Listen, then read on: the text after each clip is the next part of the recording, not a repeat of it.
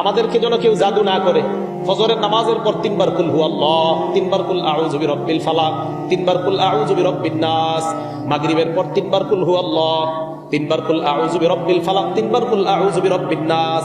বিছানায় একটু পরে যাবেন, যাওয়ার পর যখন বিছানায় ঘুমাবেন, ঘুমানোর আগে আবার 3 বার কুল হুয়াল্লাহ, 3 বার কুল আউযু বিরাব্বিল ফালাক, 3 বার কুল আউযু বিরাব্বিন নাস পড়ার পর হাতে ফু দিবেন।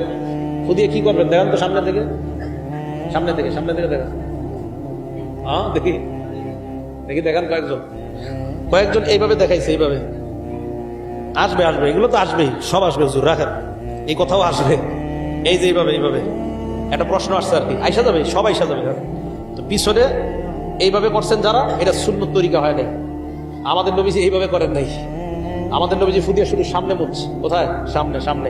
আপনারা পিছনে এগুলো কই পাইছেন? পিছনে হবে না। তো বলছিলাম এইভাবে শুধু সামনে মুছবেন, তাহলে আর মোছার পর বাচ্চা যারা আছে তাদের শরীরে ফু দিবেন। নবীজি বলেন দুনিয়ার কোন জাদু টোনা, জিন শয়তান, মানুষ শয়তান থেকে আল্লাহ তোমাকে হেফাজত করবেন।